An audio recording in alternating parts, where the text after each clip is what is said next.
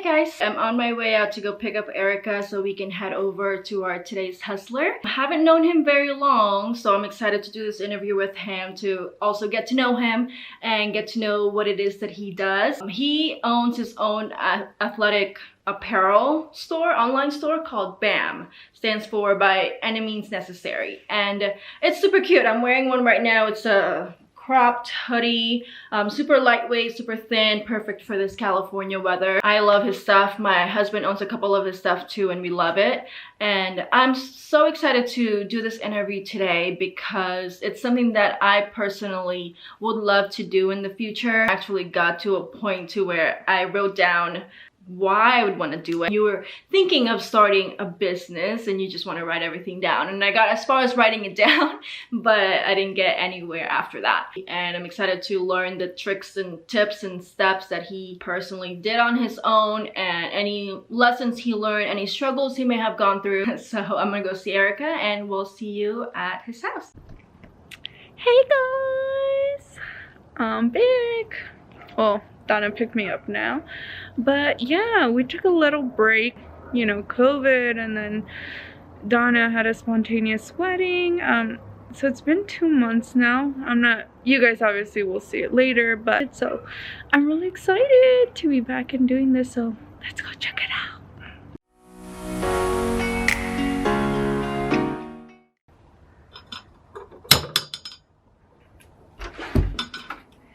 Hey. Hello, how are you? Good, how are you? Thank you. Erica? LJ, nice to meet you. I don't think we've met before. Yes. Oh, there's a puppy. Hey guys, welcome to a new episode of Raw Reality of a Hustler. And our today's hustler is LJ. Yes. Why don't you introduce yourself to us and to our viewers? Well, I'm LJ, born and raised in Ohio, CEO and founder of B.A.M.N Fitness, occupational therapist by day, and hustling with B.A.M Fitness at night. So, yeah, man, just excited to be here with you guys. Honored to be on an episode and share the stage with you guys. So I'm excited to see what questions you have. Hopefully, motivate and inspire others out there. Awesome. Yeah. Well, tell us, you're an occupational therapist. Yeah.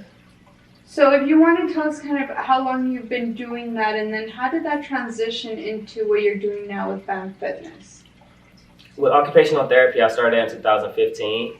Started going to school for that, and then after I graduated, I ended up going into just working different jobs. With occupational therapy, there's a lot of versatility there. B.A.M came about when I found out I was having a son.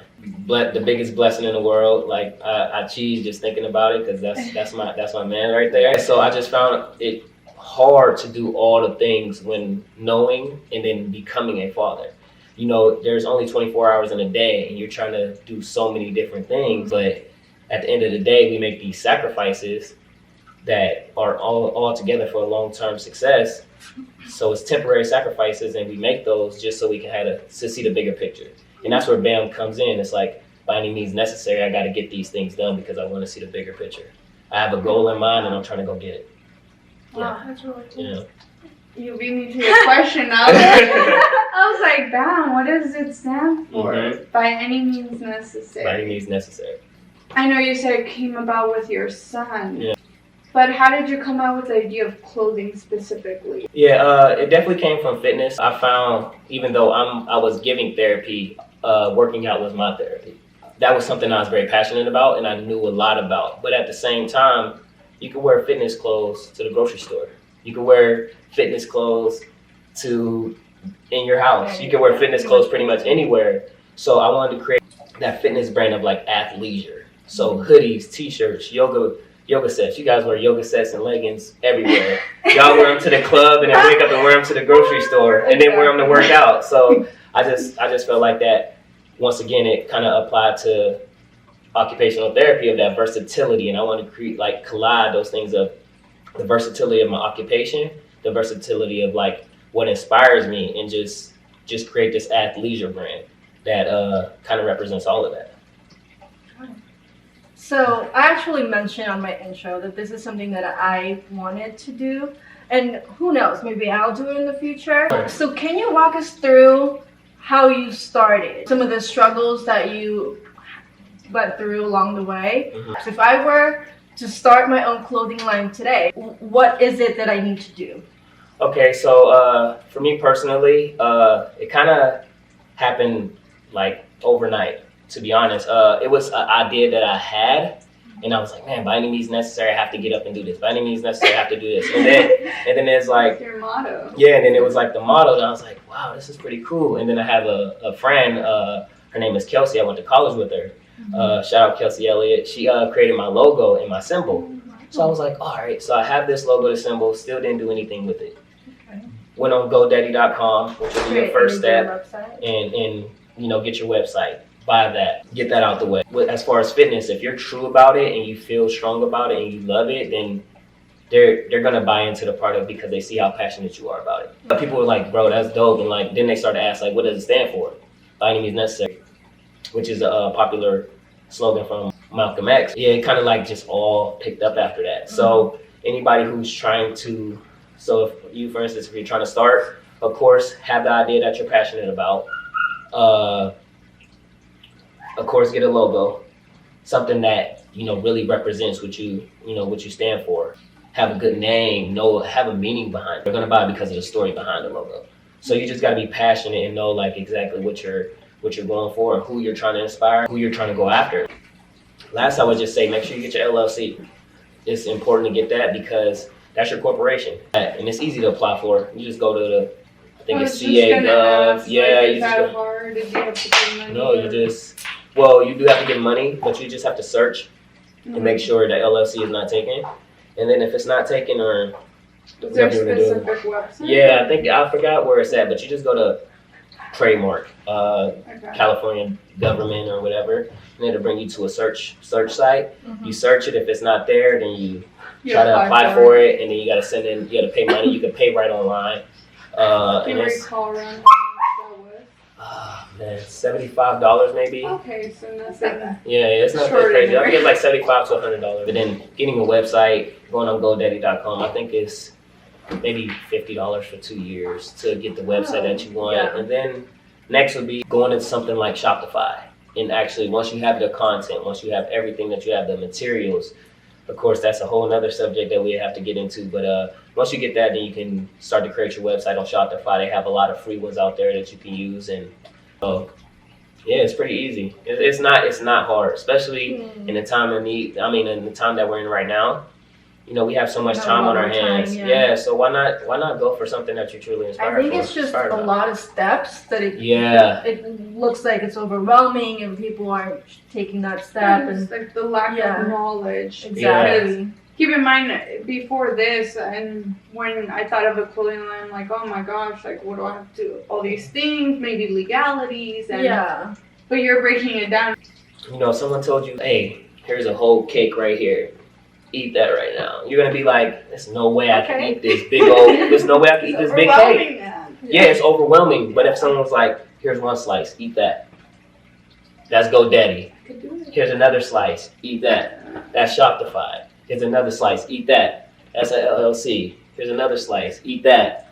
You just bought your materials. Now, if you take it piece by piece, it seems so much easier. But when you look at the whole thing, it seems overwhelming. So.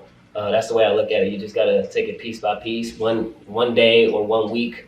All right, this week I'm gonna create my GoDaddy, which only takes a couple minutes. So hopefully you have more aspirations just to do that part first, or at least do that one day, and then the next day do something a little different. Put some time in. I swear, if you just put in an hour, not even an hour, maybe 30 minutes each day, you'll have all this within a week. So it accumulates, and you just piece by piece, because it's hard to look at it as a whole. I know you mentioned like you started wearing it, you gave some out for free, and people started liking it. Were you giving it out to friends or just strangers? And what other marketing strategies did you use at the beginning, and are you using now? I kind of just gave it to friends, because they would give you their honest opinion. A lot of people would say you got to make sure that you don't have a lot of, we call them yes men around. No matter what you say, they're gonna say, "Oh yeah, it's good. Oh yeah, it's good." You need those honest friends. You know, those honest people around you. Like, "Oh no, the shirt it doesn't feel stretchy. I don't like it." Okay. So you just need to have those honest people around you. So I just want to get that, like, honest critiquing from close friends, telling me how they felt when they wore it, how they sweat in it, how it felt on their body, how after they washed it, how did they like it after? Did it have that same quality? So you kind of get that feedback from people that you trust first. From there, you just continue on. Okay, so now what exactly do I want to do with this? As far as, do I want to go t-shirts and hoodies? Do I want to go yoga sets? Do I want to just go females, males? And my goal was to just do unisex because I wanted to be for everybody. So I only started out with t-shirts and hoodies for probably about the first 6 months in very simple colors, white, black, and gray.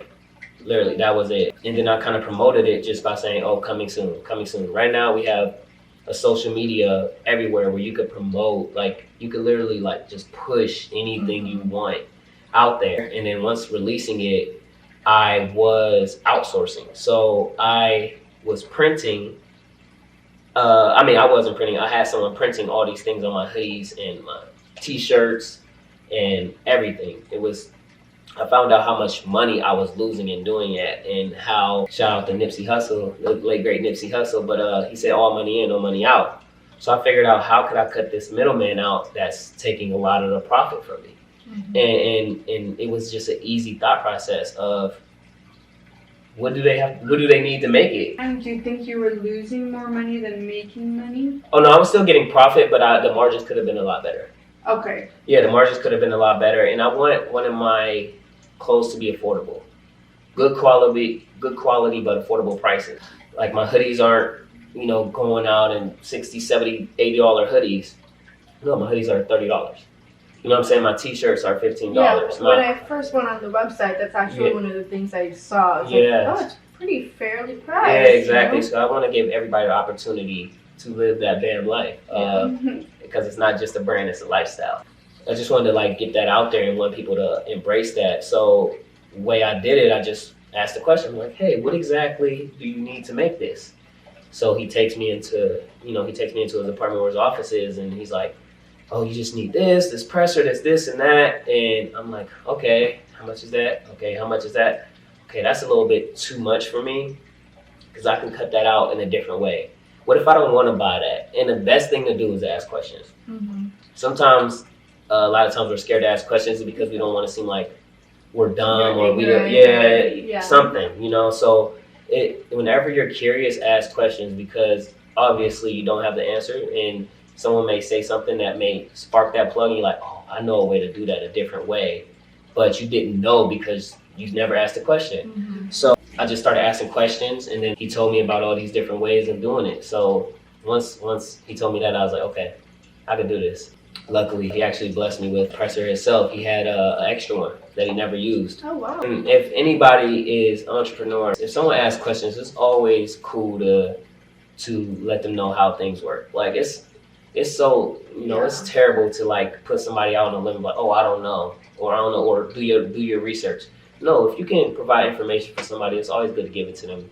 Say them that step, make it easier for them to become something that they're inspired to be. So I like that, because he could have easily just turned away from you, because he's making money from you. Exactly. And the fact that you learned everything on your own, you're not a customer anymore. Yeah, exactly. So I like that he was willing to help you. Exactly, and actually give me. He's like, "Hey man," I think he got tired of making, because I started to get a couple more orders. So I think he got tired. He's like, "All right, I'm done making you orders. Like, all right, here, go take this machine. This is how you do it," and that's it. So it was cool. Yeah. It was cool.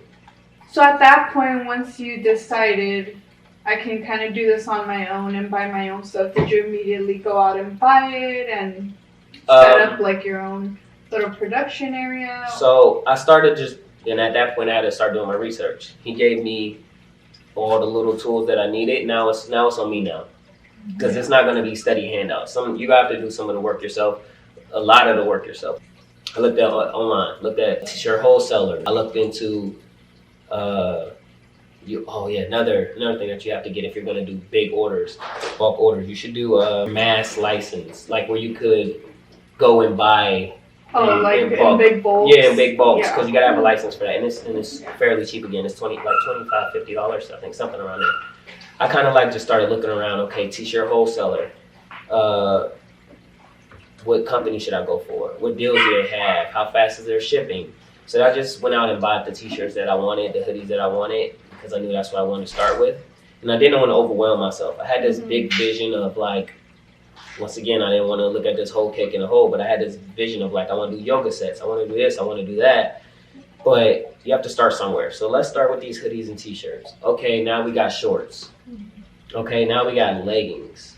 Now we got yoga sets. Now we got, you know, it is just crop tops. Now we have tanks.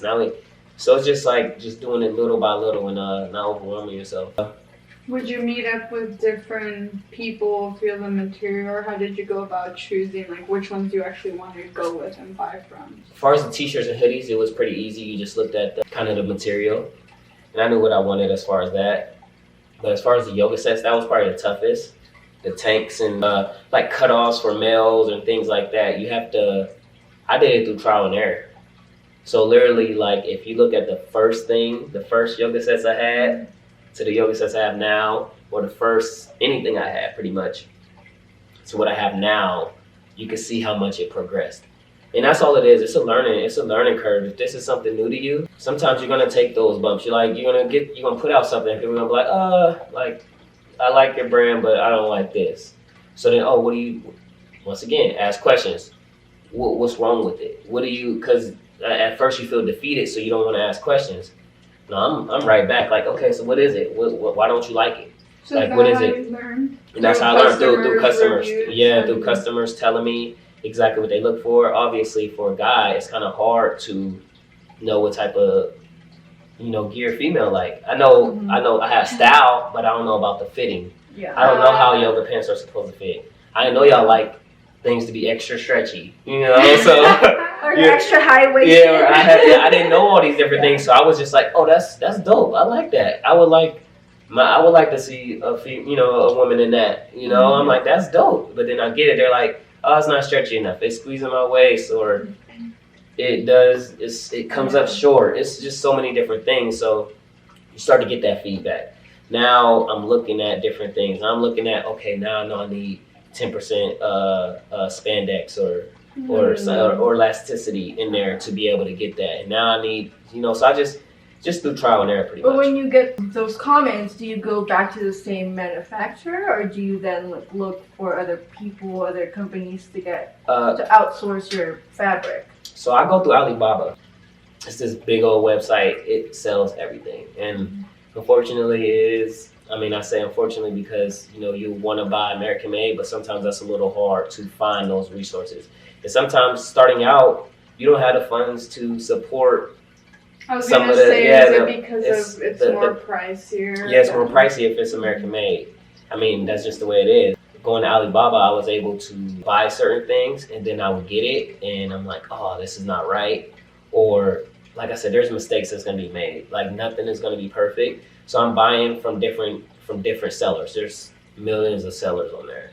And then I learn, you gotta look at reviews and people saying certain things, and it's just a lot, to look into. And as long as you do your research, it's all right there. It's right in front of you. I was kind of going through trial and error because I see good reviews about it, so I'm like, oh, let me buy it. Then I give it to someone. They're like, this isn't right. So I'm like, oh, so what should it be? Okay, now I'm looking for what they told me it should be. Now I'm searching again, and then now I know my next set that comes out has to have that quality. A lot of mistakes, and one thing about being an entrepreneur, starting your own business, it's okay to make mistakes. No one is perfect, whether it's in life or being a business owner. No one is perfect. Be confident in mistakes. Just don't be idiotic and make the same mistake over and over again. So just learn. Just learn from it. Just learn from it. When someone gives you feedback, take it in. Don't take it as being criticized and people don't know. Okay, thank you for telling me what's wrong with it, because now I know how to improve. So those customers early on, or I guess any customer even now that complains, do you give them anything back, or how do you try to retain that customer still? I would say, this is me personally, so I'm like, oh, someone said, oh, I don't like the way these are, or I don't like the way these biker shorts. I had someone tell me like, the biker shorts are dope, but around my thighs, I have bigger thighs, so it squeezes. It should be more elastic, I should say, down there. So Once I ordered more biker shorts, I'm like, here, how are these? So this is just me and that person giving me feedback. Some people may not give me feedback, so I don't really know. Yeah. But usually I do that, or sometimes I may shoot them So like you a little send them discount. something? It depends on who it is. Yeah. I mean, to be honest, it depends on who it is. Yeah. If it's someone who's, you know, across the country over in New York, I'm not just gonna send them something. But next time when they do order something, I may put a little something extra in there, like, oh, thank you for your feedback, I appreciate it. And you know, it's always good to keep people happy. So when you ask, when they say something, and you ask like, okay, so what would be different? You know, it's showing that you are appreciating what they have to say. Yeah. Instead of just ignoring their comment and be like, oh, okay, thanks. Yeah. One person told me like, oh man, you should make your stuff like Lululemon. I'm like, yeah, but my yoga pants are $25, they're not $100, you know? So it's kind of like you just gotta find that like happy medium of like being able to make people happy but also give good quality. You know, and then affordable pricing. So you're kind of juggling that whole thing. Some people may just go for it and say, I want the top of the line, and people are gonna pay $80, but people will pay $100 for Lululemon. It's kind of hard to pay $80 for something that you know nothing about. Have you changed your prices since you started? No, I haven't changed my prices, but I definitely have limited edition things. Like I never did a tie-dye hoodie with that type of material. If you notice, They're two different materials. yeah, two different I materials. really like this. Yeah, so they're two different materials. so they're like two different materials. So the material is different from. So I'm like, okay, this is a different material. So this is like a limited type edition, you know, versus. So then it will be. I think that one was 25 and this one is 30. So it's not much different. You know what I'm saying? It's just some things are a little bit priced a little bit more, but it's not like this hoodie is that. This hoodie like this is $30, and I believe this one is $35. Okay. So it's not. It's probably at the most $5 more. Have you made calculations in regards to? I know before we started rolling, you had mentioned what it was costing you when you're working with someone else, and now that you're doing it on your own, do you know how much that costs you? Oh yeah, doing it on my own. I mean, doing it with someone, it would be anywhere from $4 to $5 a print on the shirt. And say you're getting 100 shirts, that's $400. But that's the price of the shirt and the printing? Yeah, the shirt. Someone printed on a shirt, $400. So I get 100 shirts. Say I get 100 shirts and 100 hoodies. Now I'm paying $800. I bought a heat press machine and pre-made vinyls, which you can get from stalls or you can search it. It's called vinyls. That's pre-made. Has your logo on it. You make a sheet with a bunch of your logos on it. You cut it out and you heat press it on. So the heat press machine was $350. I think for 100 sheets of BAM, like BAM, BAM, BAM, BAM, BAM, BAM, or B all the way across, it was like for 100 sheets, I think it was $200. So now I just paid $600 and I'm able to probably make 300 shirts. And I just went from 200 total to being able to make so much more with so many different ways. I just had to do my research once again and finals, you know, a way to do it, but still have that good quality where stuff lasts after a wash. And you don't want to do that because someone was making it a certain way. And the reason why it was priced that way is because of the way they were doing it. So find a way to be able to do that, but you know, you don't have to have the vinyl machine. Get the pre-made vinyls. Yeah. You know, you just because the vinyl machine it's expensive. I think it's like $800 to $1,200, you know, and you have to do one by one. It's a lot to it when it comes to that. And we'll actually showcase his shop is here in his house, so we'll showcase that in a little bit. Did you already have a huge? I actually don't know how much following you have on Instagram, but did you have a huge following in the beginning? No, actually, that's probably my biggest thing I wish I was better at. I am anti-social media. Like if it wasn't for BAM, I probably wouldn't have social media. It's because I have to promote and push and things like that, but I really don't like social media. I struggle at it really bad to constantly, because the best thing to do about social media is to push and push and push because you got to change the algorithms and get into certain systems. So now every time, if you post more, people see it more, and then it posts up on other people's more. That's never been my style.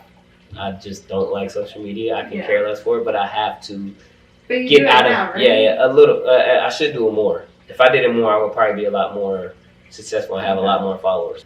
It's one thing that I have to get better at because I know that's the game. A lot of times we can get discouraged because you put something out and it's like the first month, it's like, or the first 2 weeks, it's like, damn, I'm about to be the next this. And the next thing you know, that like the beginning of the month, you're like, I haven't had an order all week. Yeah. You know what I'm saying? And, oh, now 2 weeks didn't went by, I haven't had an order. Oh, wow, I had one order. Okay, now I have 3.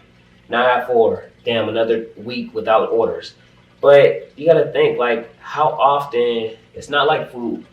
Like, sometimes you can buy gym clothes. You can go out and have a day where you just go out and buy gym clothes. You won't have to buy gym clothes again for another 6 months. Mm-hmm. You know, or something like that. So it's okay not to have sales, or, because I sometimes look at it like, damn, like, I'm about to just, it's starting to go downhill. I should just stop. Yeah.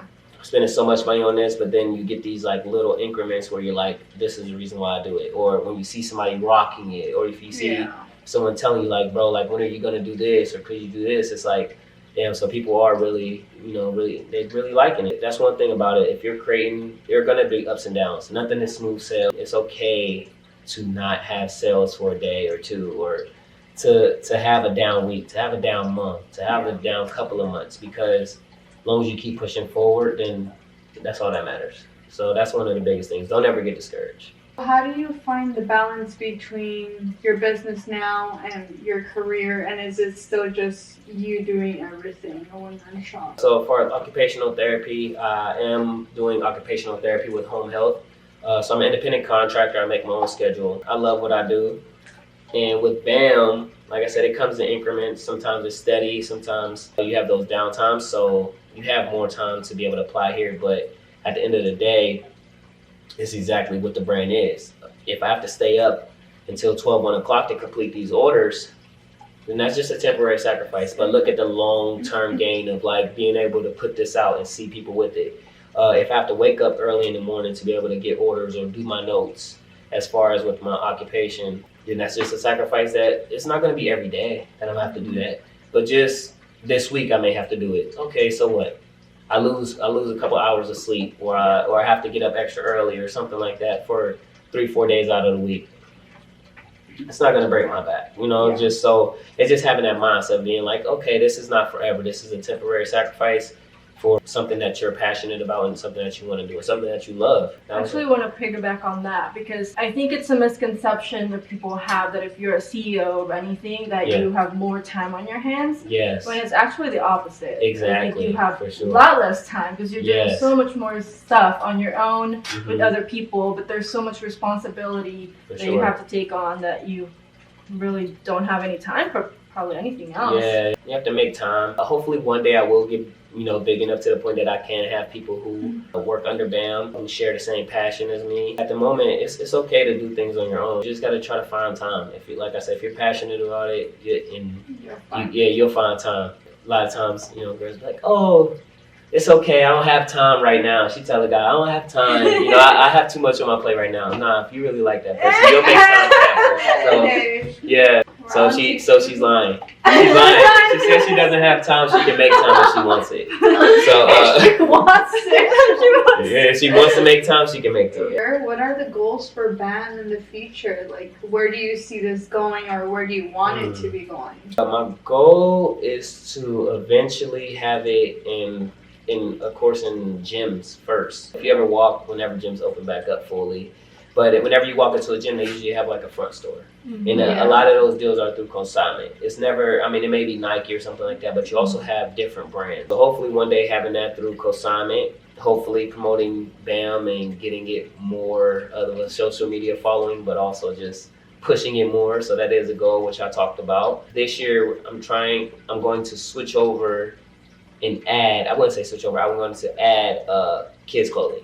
So like it's kind of dope when it'll be cool to be able to dress your kid up in leggings, and yoga. So it's gonna be called you want to reveal it? Yeah, I ain't gonna reveal it yet. I was gonna reveal it. Yeah, but so I'm working on that. That's similar to yours. It's always cute. Yeah, like a little crop, you know, something like that. And then a guy in little boy in like a tank top with his shorts and a certain logo on it. So that's coming in 2021.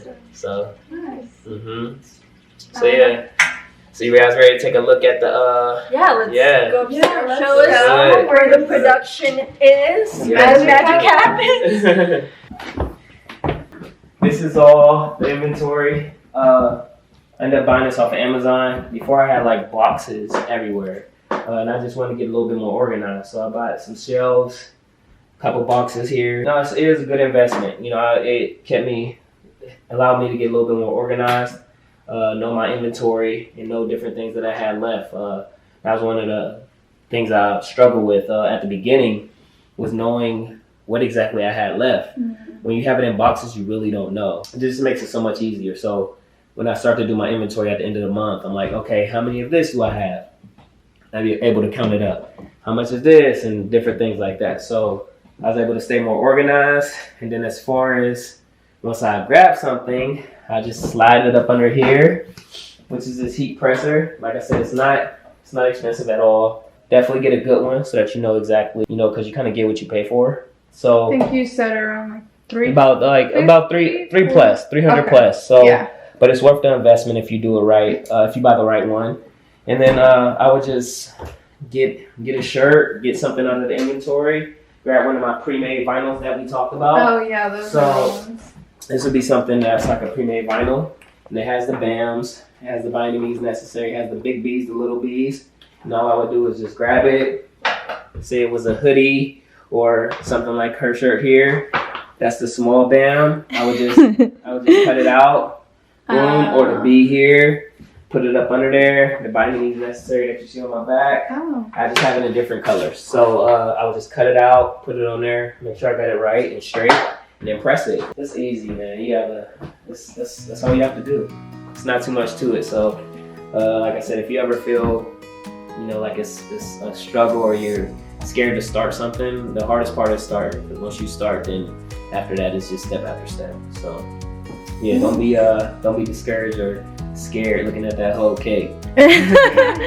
All right. Any last words? Any comments? No. Last advice? I think that was a pretty good advice. Yeah. Just do it. Yeah, just do it. That's the first. Like the hardest part is just getting started. Once you get started, just get going and do it step by step, and don't get discouraged if it's not doing as well as you thought. I think a lot of times we get caught up in this instant gratification of like, right when I create it, it needs to blow up. And if it doesn't, then it's a fail. No, this is not a microwave meal. You gotta put this in the oven and let it sit for a little bit, and that's when you get the good product. So don't be discouraged, just keep going. Nice. Well, we want to say thank you so much for your time. Thank you. Appreciate this you. was awesome. I learned a lot myself. I'm excited. Maybe one day we'll do a part 2 once the children clothing is out. Yes, let's do it. And we'll also link his page, his website, his social media down below. Of course, check him out. And if you have any questions, reach out to us or feel free to reach out to him.